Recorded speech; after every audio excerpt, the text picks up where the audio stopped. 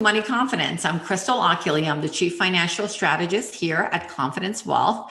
And every week I bring up topics that are either talked about or seems to be maybe a confusing subject to, throughout the week with meetings that I had and clients that I see. So one of the things that I've noticed this week and quite a bit of last week that was coming up was really people's confusion of the cost of medical cost versus long-term care.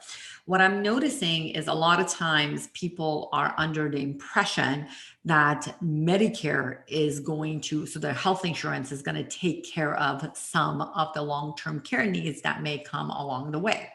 And that seems to be the biggest reasons why a lot of people don't plan for elderly care. So I know this is not a fun topic and no one wants to really sit and think about what if I need some sort of a long-term care. And long-term care in definition means when you can't do 2 out of 6 daily activities. Example, you can no longer feed yourself or you can't eat by yourself. You can't bathe by yourself, whatever it may be. You can't be doing transferring, driving a car and going to different places and things like that. What was part of those 6 daily activities? There are specific daily activities. So if you need to know what they are, please go ahead and ask me. I'll be happy to send those to you. But really it's about not being able to function because of those reasons, not because you are actually sick and you're going to recover. So that's not what it means. And it's not when you get hospitalized, it's after all of that. So let me give you a quick little example. My grandmother got pneumonia. She went to the hospital. She was actually hospitalized. And once she recovered from pneumonia, she never actually was able to recover to be able to take care of herself after that. Mind you, she was in her 90s at that time. So it's bound to happen sometimes. We're like a car that's running for too long. And at some point, one little thing is the straw that breaks the camel's back. So even though the cause started with pneumonia we recovered from. So now she could no longer function the same way. She needed an actual 24-hour care or some sort of assistant living to be able to get through the daily activities and do the normal things because she couldn't really function and do, all of those activities by herself. That is what long-term care means. So Medicare does not take care of that. Your health insurance doesn't take care of that. That's when you have to take a look and go, okay, do I have enough funding that I have set aside? So if I need long-term care needs and I need that extended care from either assisted living or nursing home or skilled facilities to take care of me, most of us are going to want to stay at home. So again, do I have enough income to take care of someone coming to my house to take care of me? Because we don't want to be also thinking our kids are going to take care of everything. That's not really a healthy way, because what if your kids are taking care of their own kids or they are having a career that they're going to work every day? Do you really want them to give any of those up to focus to take care of you? Or it might be your spouse. Do you really want to make sure that your spouse now, who is also in the same age group as you, is helping you out of bed, dressing you? That's really tough on their body as well. So I want to make sure that people, in general, everyone that you talk to yourself, make sure they understand. So whether it's your spouse or your friends, now that you get what I'm talking about, that healthcare and long-term care are two different things. Your health insurance is going to take care of your health care, totally different than long-term care. So having insurance, a great healthcare plan, does not really mean it's going to cover you. I actually get a lot where the confusion seems to come from a lot is a lot of my clients that get pensions through the government or the state. They think automatically that healthcare, because they have such a great health insurance plan, that they think that's going to take care of their long-term care needs. And it's a big surprise to the family and themselves when they find out that it's not. Unfortunately, most people find this out when it's too late.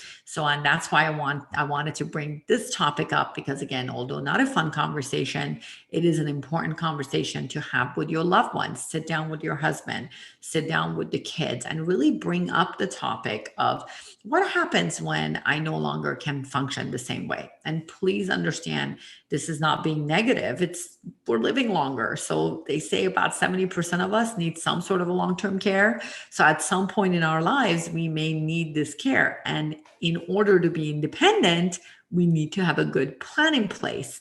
And a good solid plan means planning for it in advance. So I think it's a great reason to sit down and have these family conversations and really talk about, what do I want done?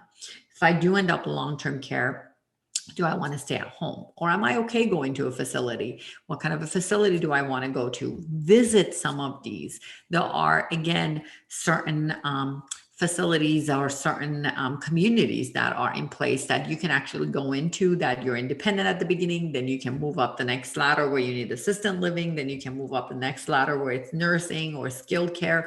So there's all kinds of ways to plan for long-term care, but the key is planning for it. Not everyone is going to be able to have insurance. Not everyone can qualify for insurance. Not everyone can afford insurance for long-term care by the time they think about when to get it.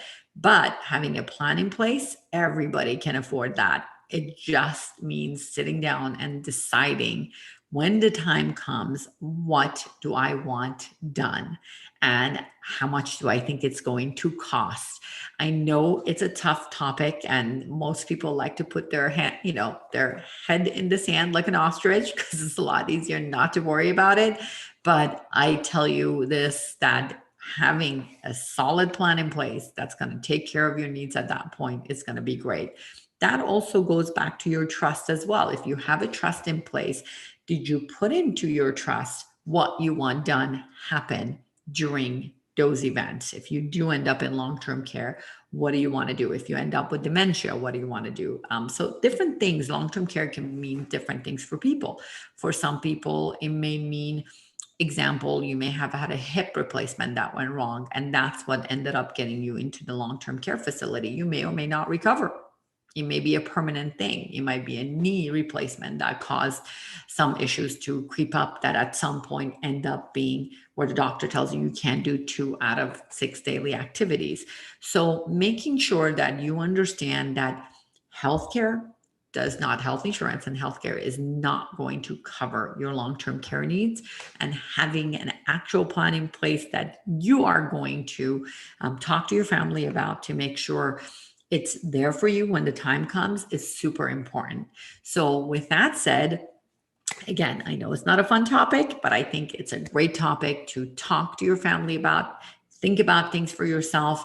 One of the things that we put in place is there's a couple of webinars on our site that you can attend that talks about the cost of long-term care. We have our long-term care expert, Brian, that's going to talk about different topics and different things that you should be watching out for, and how much long-term care costs and so forth. And all the different alternatives that could be available to you. So take a look at that. It also gives you the how to bring up the topic and the conversation with your family and your loved ones.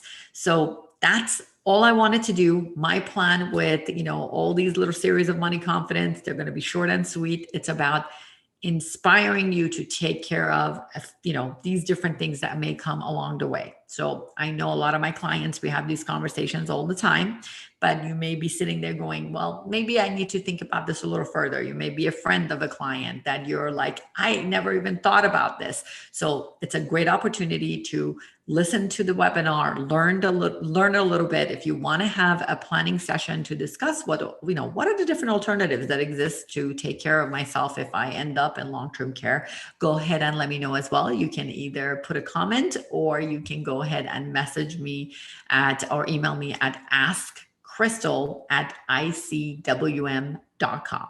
Talk to you soon. Until next.